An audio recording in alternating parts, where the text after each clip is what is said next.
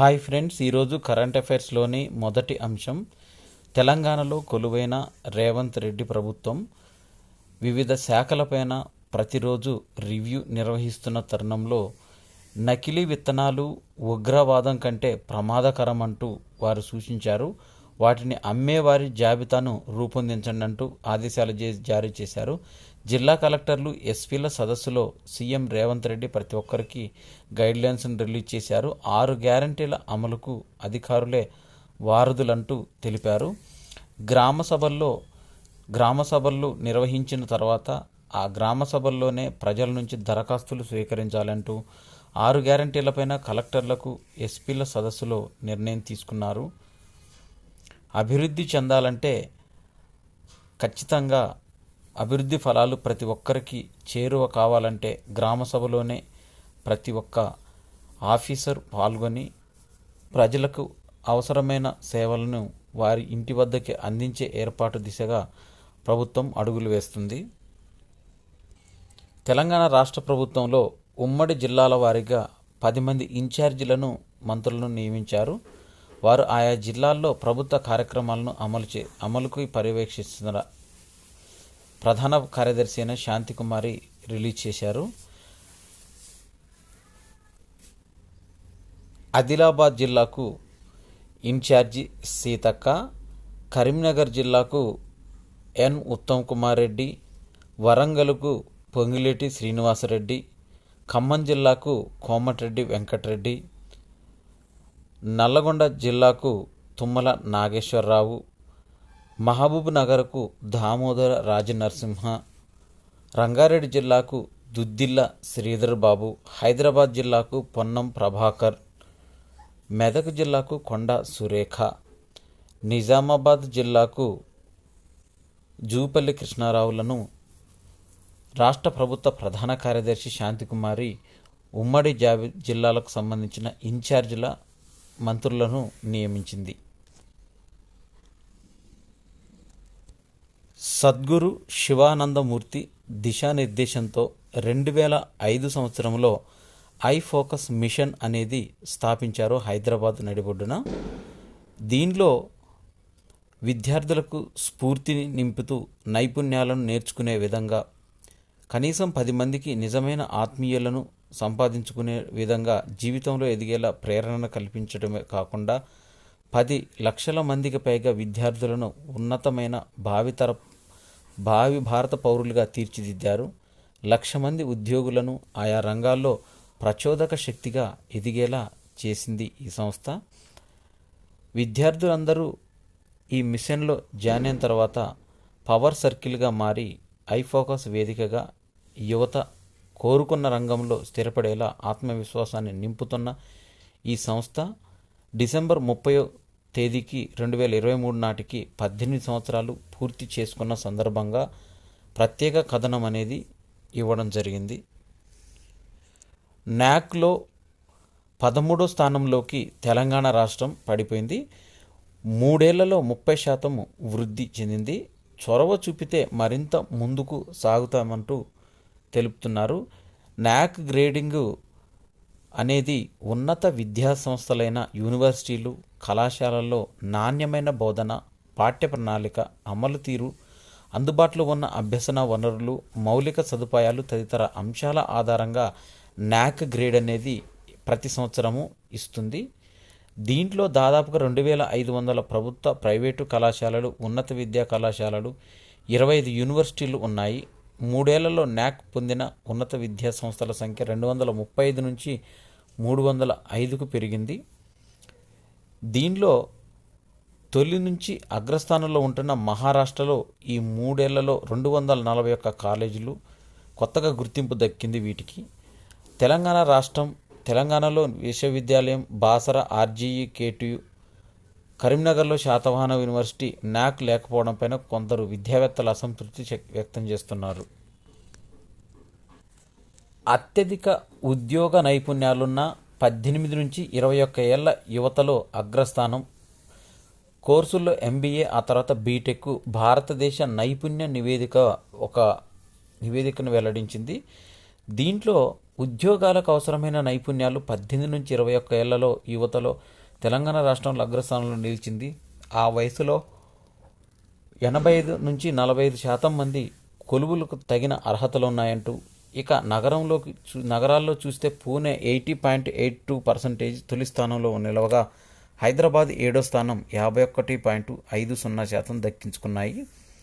ఈ సర్వేలో ఇచ్చిన ముఖ్యాంశాలు ఒకసారి చూసినట్టయితే అత్యధిక న్యూమరికల్ స్కిల్స్ ఉన్న యువత తెలంగాణలో ఉంది. ఇక్కడ 78.68% మందిలో ఆ నైపుణ్యాలు ఉన్నాయి. ఆ తర్వాత ఏపీ 69.45% నిలిచింది. అత్యధికంగా 44.01% ఉద్యోగ నైపుణ్యాలు అమ్మాయిలతో బెంగళూరు అగ్రస్థానంలో ఉంది. ఉద్యోగం చేసేందుకు యువతీ యువకులు తొలి ప్రాధాన్యము రాష్ట్రంగా కేరళ నిలిచింది. యువతులు ఎక్కువగా కొచ్చి నగరాన్ని కోరుకుంటున్నారు. దీనిలో ఆంగ్ల భాష నైపుణ్యంలో కర్ణాటక 73.33%తో ఫస్ట్ ప్లేస్ దక్కించుకుంది. 18 నుంచి 21 సంవత్సరాల వయసులో అత్యధిక ఉద్యోగ నైపుణ్యాలున్న తొలి 10 రాష్ట్రాలు తెలంగాణ 85%, హర్యానా 56% లాస్ట్ ప్లేసు. కోర్సుల వారీగా ప్రతిభ ఎంబీఏ కోర్సుకు 71%, BTech 64%, MCA 64%, B Pharmacy 54%, BSc 51%, BCom 48%, BA 47%, ITI 40%, polytechnic 22% అనేవి ఈ జాబితాలో ఉన్నాయి. ఉత్తరప్రదేశ్లోని అయోధ్యలో రాముడి విగ్రహ ప్రతిష్టాపనకు జనవరి 22వ తేదీన మధ్యాహ్నం 12:30 సమయంలో శుభముహూర్తం ఉంటుందంటూ తెలిపారు. 84 సెకండ్లు శుభగడియలు ఉన్నాయని, ఆ సమయంలో ప్రతిష్టాపన జరిగితే దేశం పేరు మార్మోగుతుందంటూ పేర్కొన్నారు. ఆ రోజు మధ్యాహ్నం 12:29:08 నుంచి 12:30:32 మధ్య అత్యంత శుభగడియలున్నట్లు తెలిపారు. నేపాల్ నుంచి శ్రీరాముడికి కానుకలు కూడా పంపించారు. వస్త్రాలు, స్వీట్లతో బాటుగా వస్తువులను శ్రీరాముడికి సమర్పించనున్నారు. ఇందుకోసం జానక్పూర్ ధామ్, అయోధ్యధామ్ యాత్రను చేస్తున్నారు. ప్రారంభమైన 20 కానుకలను శ్రీరామ జన్మభూమికి రామమందిర ట్రస్టుకు అందిస్తుండటంతో గతంలో నేపాల్లో కలగందికి నదీ తీరంలో లభించినవే ఈ సాలగ్రామ శిలలను సేకరించి శ్రీరాముడి విగ్రహాన్ని నిర్మించడానికి అయోధ్యకు పంపారు. దేశంలో వెలుగు చూసిన కోవిడ్-19 కొత్త ఉపకరం JN.1 కోసం అదనపు డోస్ వ్యాక్సిన్ తీసుకురావాల్సిన అవసరం లేదంటూ SARS-CoV-2 జోనోమిక్స్ కన్సార్షియం ఇక్సాగాన్ అధిపతి డాక్టర్ NK అరోరా తెలిపారు. 60 ఏళ్లు ఆ పైబడిన వారితో క్యాన్సర్ వంటి దీర్ఘకాలిక వ్యాధులకు చికిత్స తీసుకుంటున్న వారు, 1 కంటే ఎక్కువ వ్యాధులతో బాధపడుతున్నవారు ఈ ఉపకరణంతో అప్రమత్తంగా ఉండాలంటూ సూచించారు. JN.1తో ప్రజారోగ్య ప్రమాదం తక్కువగా ఉందంటూ ప్రస్తుత ఆధారాలు సూచించినప్పటికీ ఈ వైరస్ పరిణామ క్రమాన్ని పరిశీలిస్తూ అందుకు తగ్గట్టు ప్రతిస్పందన మనం రూపొందించుకోవాలి. కోల్కతాలో సుమారుగా 1,00,000 మందితో ఆదివారం నాడు బ్రిగేడ్ పరేడ్ మైదానంలో భగవద్గీత పారాయణం అనేది జరిగింది. సాంప్రదాయ దుస్తులతో తరలివచ్చిన భక్తులు భగవద్గీతలోని శ్లోకాలను సాధువులతో కలిసి పఠించారు. ఆర్ఎస్ఎస్ ప్రముఖులంతా ఇందులో పాల్గొన్నారు. దాదాపు 1,20,000 మంది హాజరయ్యారు. మైదానం నిండిపోయింది, నిర్వాహకులు తెలిపారు. దేవతల భూమిగా పిలిచే గుజరాత్లోని ద్వారకాలో సాంప్రదాయ మహారాస్ వేడుక అట్టహాసంగా జరిగింది. అహీర్ వర్గానికి చెందిన 37,000 మంది మహిళలు శ్రీకృష్ణుని ఆరాధిస్తూ మహారాస్ నృత్యం అనేది చేశారు. సాంప్రదాయ దుస్తులు ధరించి శ్రీకృష్ణుడి చిత్రం చుట్టూ వృత్తాకారంలో తిరుగుతూ వీరు చేసిన నృత్యాలు అలరించాయి. ఒకేసారి 3,782 మంది కళాకారులు 7 నిమిషాల పాటు లయబద్ధంగా కూచిపూడి నృత్యాన్ని ప్రదర్శించి గిన్నిస్ బుక్లో చోటు సంపాదించుకున్నారు. హైదరాబాదు గచ్చిబౌలిలోని GMC బాలయోగి స్టేడియంలో నిర్వహించిన ఈ ప్రదర్శన చూపర్లను మంత్రముగ్ధులను చేసింది. నగరంలోని వివిధ ప్రాంతాలకు చెందిన కళాకారులు పాల్గొని జనుత శబ్దం అంశంపైన 7 నిమిషాల పాటు నృత్య ప్రదర్శన చేసి అబ్బురపరిచారు. స్వయం సేవక్ సంఘ్ ఆర్ఎస్ఎస్ రాష్ట్రీయ స్వయం సేవక్ సంఘ్ ఆర్ఎస్ఎస్ తెలంగాణ నూతన అధ్యక్షుడిగా సంఘ్ చాలక్గా బర్లా సురేందర్ రెడ్డి ఎన్నికయ్యారు. గత 5 ఏళ్లలో 140 ప్రైవేటు విశ్వవిద్యాలయాలు ఏర్పాటు చేశామంటూ, దీనిలో సింహభాగం గుజరాత్దే. ఆ రాష్ట్రంలో 28 కొత్త యూనివర్సిటీలు ప్రారంభమయ్యాయి. దాని తర్వాత స్థానంలో మహారాష్ట్ర 15, మధ్యప్రదేశ్ 14 యూనివర్సిటీలతో ఉన్నాయి. దీంట్లో తెలంగాణలో 5 యూనివర్సిటీలు ఏర్పాటు చేశారు అంటూ కేంద్ర విద్యాశాఖ గణాంకాలు విడుదల చేసింది. దీనిపైన దేశంలో అత్యధికంగా 2018-19 విద్యా సంవత్సరంలో దేశవ్యాప్తంగా 40 విశ్వవిద్యాలయాలు అనేవి ఏర్పాటు చేశామంటూ కేంద్ర విద్యాశాఖ ఆ గణాంకాలలో తెలిపింది. గుజరాత్లోని అహ్మదాబాద్లో 2036 ఒలింపిక్స్ నిర్వహణపైన కేంద్రం హోంమంత్రి ఆశాభావం వ్యక్తం చేశారు. నగరంలోని నరేంద్ర మోడీ క్రికెట్ స్టేడియం సమీపంలో ఉన్న సర్దార్ పటేల్ కాంప్లెక్స్ ఇందుకు వేదిక కావచ్చని వ్యాఖ్యానించారు. ఒలింపిక్స్కు బీడ్ సమర్పిస్తామంటూ ఇప్పటికే ప్రధాని మోదీ చెప్పిన విషయం గుర్తు చేశారు. మొక్కల పెరుగుదలకు దోహదపడే ఒక కొత్త రకం బ్యాక్టీరియాను విశ్వభారతి యూనివర్సిటీకి చెందిన బాటనీ డిపార్ట్మెంట్ వాళ్ళు కనుక్కున్నారు. దీనికి రవీంద్రనాథ్ ఠాగూర్కు గుర్తుగా పాంటోయి ఠాగోరీ అనే పేరును పెట్టింది. ఈ బ్యాక్టీరియా ఉనికి వ్యవసాయంలో కీలక మలుపునకు కారణమవుతుంది. ముఖ్యంగా వరి, బఠానీ, మిరప పంటల్లో సాగులో ఇది పూర్తి సామర్థ్యాన్ని కనబరిచిందని పరిశోధకులు పేర్కొన్నారు. దేశీయంగా రూపొందించిన అధునాతన క్రూయిజ్ క్షిపణిలను ఇరాన్ తన అమ్ముల పొదిలో చేర్చినట్లు ఆ దేశ అధికారిక టీవీ ఛానల్ పేర్కొంది. తలేయా నాసిర్ అనే అస్త్రాలను కొనారక్ అనే రేవులో నౌకా స్థావరానికి తరలించినట్లు వీళ్ళు తెలిపారు.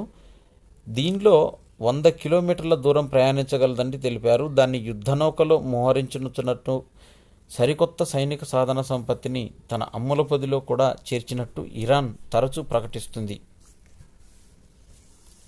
ప్రముఖ స్వాతంత్ర సమరయోధుడు మదన్ మోహన్ మాలవీయ 162వ జయంతి జరుపుకున్నారు. ప్రధాని మోదీ దీంట్లో పాల్గొని రచనలు, ఆయన చేసిన రచనలు, ప్రసంగాలు, సేకరణలతో కూడిన సంకలనాన్ని ప్రధాని మోదీ ఆవిష్కరించారు. 11 పుస్తకాలతో కూడిన మొదటి ద్విభాషా సంకలనం 40,000 పేజీలతో ఉంది. ఈ సంకలనంలో ఆయన రాసిన లేఖలు, ఆర్టికల్స్, ప్రసంగాలు, మెమొరాండంలు, అభ్యుదయ వారపత్రికల్లో రాసిన సంపాదకీయాలు, ఆయన రూపొందించిన కరపత్రాలు, బుక్లెట్లు, ఆగ్రా కౌన్సిల్లో ఆయన ప్రసంగాలను పొందుపరిచారు.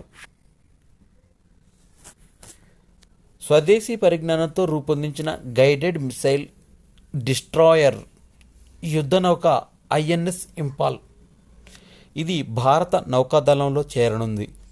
హిందూ మహాసముద్రంలో చైనా నేవీ కదలికలు పెరుగుతున్న నేపథ్యంలో మన దేశ రక్షణ సామర్థ్యానికి ఇది మరింత పదును పెట్టనుంది. ఈశాన్య రాష్ట్రంలోని ఒక నగరం పేరును ఈ యుద్ధ నౌకకు పెట్టడం ఇదే తొలిసారి. భారతదేశంలో నేషనల్ డాక్ యార్డ్లో జరిగే ఒక కార్యక్రమంలో ఇది లాంఛనంగా నౌకాదళంలోకి చేరనుంది.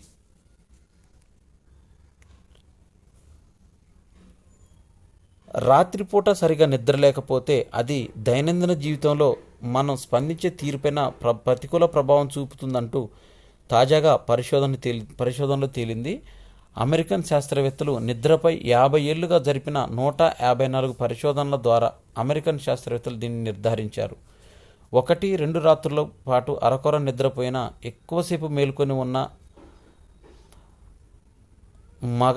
మగత నిద్ర అనేది పోయినా అదే మనలో ఆనందం, సంతృప్తి వంటి సానుకూల అనుభూతులను తగ్గించేస్తుందంటూ తెలిపారు. 30% వయోజనులు, 90% టీనేజర్లు కూడా సరిగా నిద్రపోవడం లేదని కనుగొన్నారు. నిద్ర కరువు కొంతమందికైనా ఎక్కువ ప్రభావం చూపడానికి కారణమేమిటో కనిపెట్టాల్సి ఉంది. కార్పల్ టనెల్ సిండ్రోమ్ సిటిఎస్ అనే నాడీ సంబంధ రుగ్మతను కనిపెట్టగల కృత్రిమ మేధ ఏఐ సాధనాన్ని బెంగళూరులో Indian institute of sciences IISc పరిశోధకులు రూపొందించారు.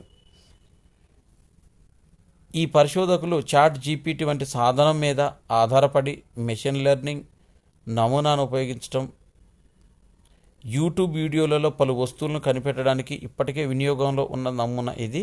దీన్ని మీడియన్ నాడిని 95% ఖచ్చితత్వంతో గుర్తించే విధంగా మార్పులు చేర్పులు చేశారు. హైదరాబాదులో కార్యాలయ స్థలానికి గిరాకీ 57.7% పెరిగింది.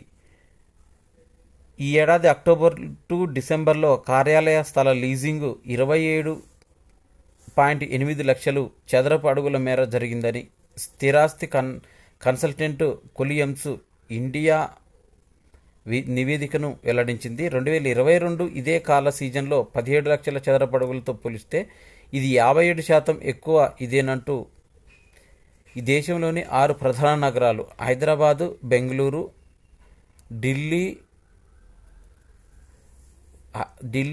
హైదరాబాదు, చెన్నై వంటి మెట్రోపాలిటన్ నగరాలకు సంబంధించిన ఇన్ఫర్మేషను. కార్యాలయ స్థలాలకు లీజింగ్ 2023 4వ త్రైమాసికంలో దేశంలో 6 నగరాల్లో కలిసిందంటూ నివేదిక తెలిపింది.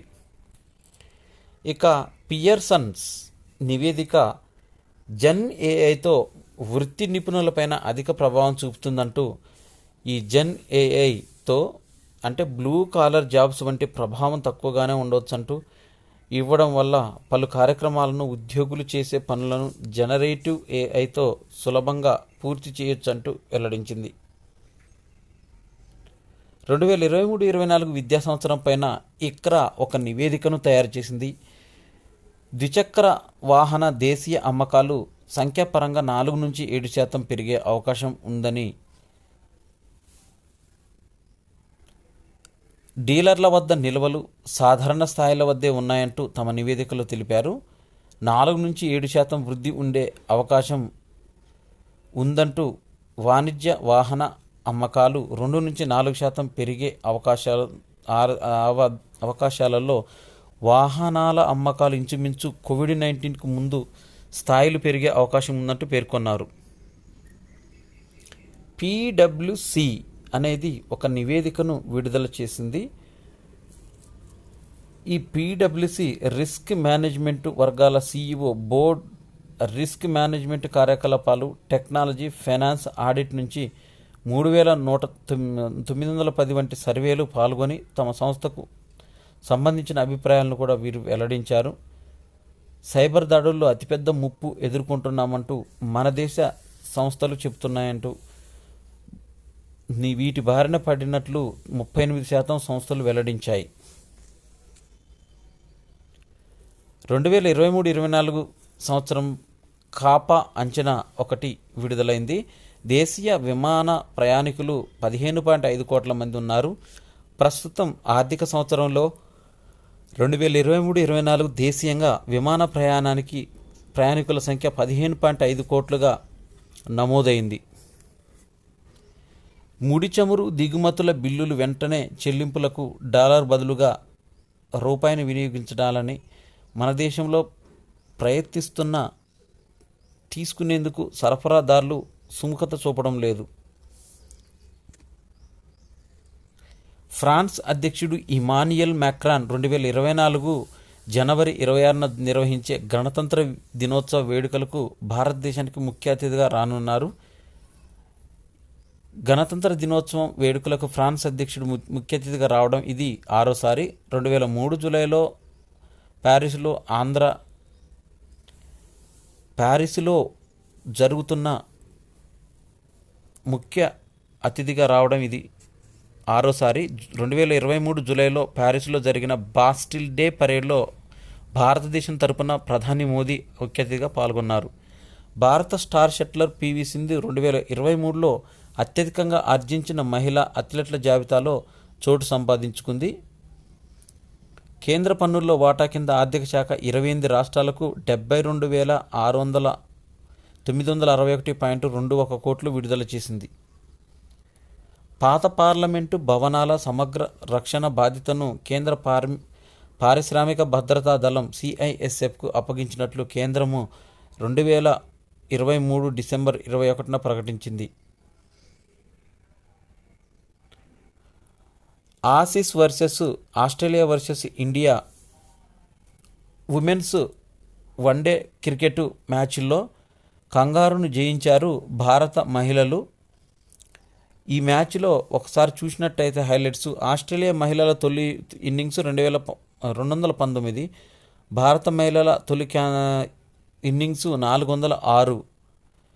ఆస్ట్రేలియా రెండో ఇన్నింగ్స్ నాటికి మొత్తము ఒక వికెట్, 49 స్కోర్ దగ్గర ఒక వికెట్, 56 స్కోర్ దగ్గర రెండో వికెట్, 140 స్కోర్ వద్ద నాలుగో వికెట్, 206 దగ్గర నాలుగో వికెట్, 221 వద్ద ఐదో వికెట్ ఈ విధంగా పడ్డాయి. ఇండియన్ స్ట్రీమ్ ప్రీమియర్ లీగ్ ఐఎస్పిఎల్తో టాలీవుడ్ హీరో రామ్ చరణ్ చేతులు కలిపారు. ఈ T10 టెన్నిస్ బాల్ లీగ్లో హైదరాబాద్ జట్టు సొంతం చేసుకున్నారు. ఐఎస్పిఎల్లో హైదరాబాద్ జట్టు యజమానిగా మారినందుకు సంతోషంగా ఉందంటూ ఈ సందర్భంగా రామ్ చరణ్ తెలిపారు. ప్రో కబడ్డీ లీగ్ సీజన్ 10లో భాగంగా గత మ్యాచ్ నెగ్గి విజయాల బాట పట్టిన తెలుగు టైటాన్స్ మళ్ళీ తడబడింది. నిన్న జరిగిన ఉత్కంఠ పోరులో ఈ జట్టు తెలుగు టైటాన్స్ 31-33 తేడాతో బెంగళూరు బుల్స్ చేతిలో ఓడిపోయింది. ఇక ఇంకొక మ్యాచ్లో చూసినట్టయితే ముంబా హ్యాట్రిక్ విజయాలు కూడా సాధిస్తుంది. జట్టు 39-37తో బెంగాల్ వారియర్స్ పైన గెలిచి వరుసగా 3వ గెలుపుకు అందుకుంది. రెజ్లింగ్ సమాఖ్య తరచూ రోజు వార్తల్లోకి వస్తుంది. దీని భారత రెజ్లింగ్ సమాఖ్య కథ మళ్ళీ మొదటికొచ్చింది. కొత్త పాలక వర్గం అత్యుత్సాహం కారణంగా కేంద్ర క్రీడా మంత్రిత్వ శాఖకు కొరడా జులిపించింది. దీనిలో రోజువారీ కార్యకలాపాల కోసం అడ్హాక్ కమిటీ ఏర్పాటు చేయాలంటూ భారత్ ఆదేశించింది. ఇవి డిసెంబరు 25, 2023కు సంబంధించిన కరెంట్ అఫైర్స్. ఈ వీడియో నచ్చినట్టయితే లైక్ చేయండి, మీ ఫ్రెండ్స్కి షేర్ చేయండి. నా ఛానల్ సబ్స్క్రైబ్ చేసుకోవడం ద్వారా నేను చేసే వీడియోస్ అన్నీ మీకు నోటిఫికేషన్ రూపంలో వెలువడతాయి. Thanks for watching.